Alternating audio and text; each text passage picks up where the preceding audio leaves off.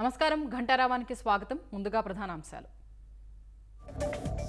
జగన్కు అధికారం ఇస్తే చరిత్రహీనుడిగా మిగిలారన్న చంద్రబాబు. దుర్మార్గ పాలనతో రాష్ట్రమంతా విధ్వంసం సృష్టించారని ధ్వజం.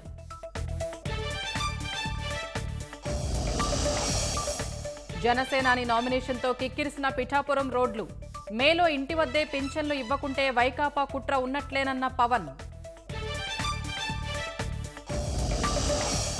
కబ్జాలు దోపిడీదారులకే వైకాపా మళ్లీ టికెట్లిచ్చిందన్న షర్మిల. వీళ్లకు ఎందుకు ఓటేయాలో జనం ఆలోచించాలని పిలుపు.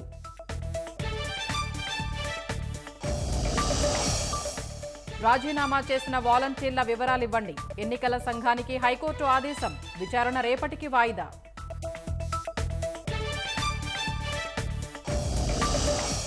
ఉత్తరాంధ్రలో జగన్ సభతో జనానికి తప్పని తిప్పలు. బస్సుల తరలింపుతో ప్రయాణికుల నానా అవస్థలు.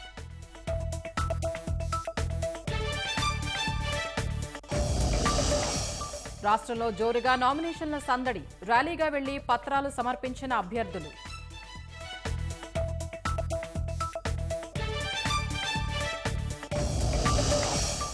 రిజర్వేషన్లపై కాంగ్రెస్ వైఖరి చెబితే ఉలిక్కి పడుతున్నారన్న మోదీ. వాస్తవాల్ని అంగీకరించలేకే ఎదురుదాడి చేస్తున్నారని విమర్శ.